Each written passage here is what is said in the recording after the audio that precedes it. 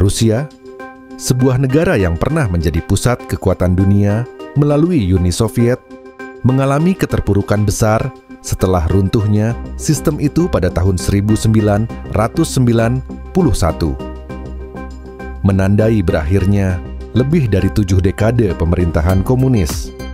Keruntuhan ini disebabkan oleh berbagai faktor, termasuk krisis ekonomi, ketidakpuasan rakyat, kebijakan reformasi glasnost dan perestroika oleh Mikhail Gorbachev, serta tekanan dari gerakan kemerdekaan di Republik-Republik Soviet. Puncaknya terjadi ketika Rusia, Ukraina, dan Belarus menandatangani Perjanjian Bela-Veza yang membubarkan Uni Soviet dan menggantinya dengan Persemakmuran Negara-Negara Merdeka, CIS. Runtuhnya Uni Soviet mengakhiri Perang Dingin dan mengubah tatanan geopolitik dunia. Krisis ekonomi menghantam keras, kehidupan masyarakat berubah drastis, dan pengaruh asing semakin masuk ke dalam sistem politik dan ekonominya. Namun, Rusia tidak tinggal diam. Dalam beberapa dekade, negara ini bertransformasi dari sebuah negara yang terpuruk menjadi kekuatan global yang berani menantang dominasi Barat. Saat Boris Yeltsin berkuasa, Rusia banyak bergantung pada kebijakan ekonomi neoliberal yang didorong oleh Barat. Akibatnya, banyak aset negara jatuh ke tangan oligarki, industri hancur, dan ketimpangan sosial meningkat. Keadaan semakin tidak stabil dan masyarakat Rusia kehilangan kepercayaan terhadap pemerintah. Namun, ketika Vladimir Putin naik ke tampuk kekuasaan pada tahun 2000, perubahan besar mulai terlihat. Putin mengambil langkah tegas untuk menasionalisasi kembali sektor-sektor penting, terutama industri minyak dan gas yang menjadi tulang punggung ekonomi Rusia. Dengan memanfaatkan kekayaan alamnya, Rusia berhasil memperbaiki kondisi ekonominya dan melunasi sebagian besar utang luar negeri yang diwarisi dari era sebelumnya. Tidak hanya di bidang ekonomi, Rusia juga mulai memperkuat kembali militernya.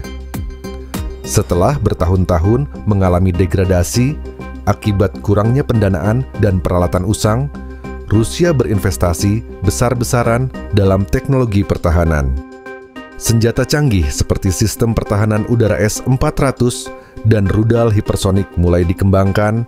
Rusia dikabarkan sedang mengembangkan rudal hipersonik baru bernama Oresnik, yang diyakini memiliki kemampuan manuver tinggi dan kecepatan luar biasa. Proyek ini merupakan bagian dari upaya Moskow untuk memperkuat pertahanan strategisnya dan menyaingi teknologi militer Barat. Meskipun detail teknisnya masih dirahasiakan, Oresnik diduga mampu menembus sistem pertahanan udara modern, menjadikannya senjata yang sangat mematikan. Pengembangan ini menunjukkan komitmen Rusia dalam meningkatkan kemampuan tempur hipersoniknya di tengah ketegangan geopolitik global, menjadikan Rusia kembali diperhitungkan sebagai kekuatan militer global. Tentu saja, langkah-langkah Rusia ini tidak disukai oleh Barat. Ketika Rusia menganeksasi Crimea pada tahun 2014, Barat bereaksi dengan menjatuhkan berbagai sanksi ekonomi. Amerika Serikat dan Uni Eropa membatasi perdagangan dengan Rusia, membekukan aset-aset Rusia di luar negeri, serta melarang investasi asing di beberapa sektor strategis. Namun, alih-alih melemah, Rusia justru semakin mandiri. Mereka mulai memperkuat sektor pertanian hingga menjadi salah satu eksportir gandum terbesar dunia, serta mempererat hubungan dengan negara-negara seperti Cina dan India untuk menghindari ketergantungan pada ekonomi Barat.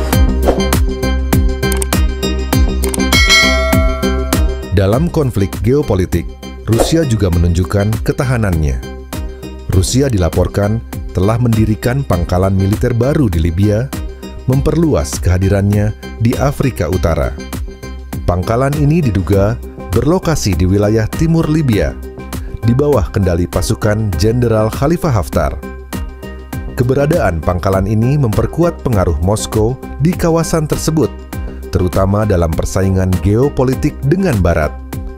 Rusia dikabarkan mengerahkan pasukan bayaran Wagner serta peralatan militer untuk mendukung operasi di Libya.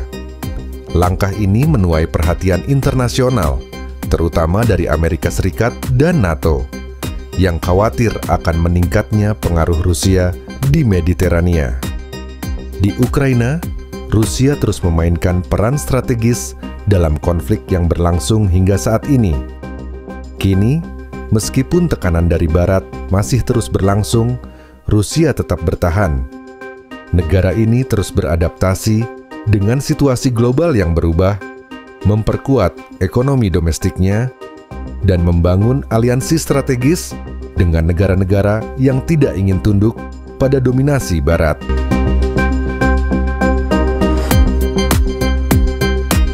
Rusia aktif membangun aliansi strategis dengan negara-negara yang menolak dominasi Barat yang berujung pada pembentukan BRICS, Brasil, Rusia, India, Cina, dan Afrika Selatan. Aliansi ini bertujuan menciptakan tatanan dunia multipolar, mengurangi ketergantungan pada sistem keuangan Barat, dan memperkuat kerja sama ekonomi, politik, serta teknologi. Rusia juga memperluas hubungan dengan Iran, Korea Utara, serta negara-negara di Afrika dan Amerika Latin melalui perdagangan, kerja sama militer, dan dukungan diplomatik. Langkah ini memperkuat posisi Rusia di tengah sanksi dan tekanan dari Amerika Serikat serta sekutunya.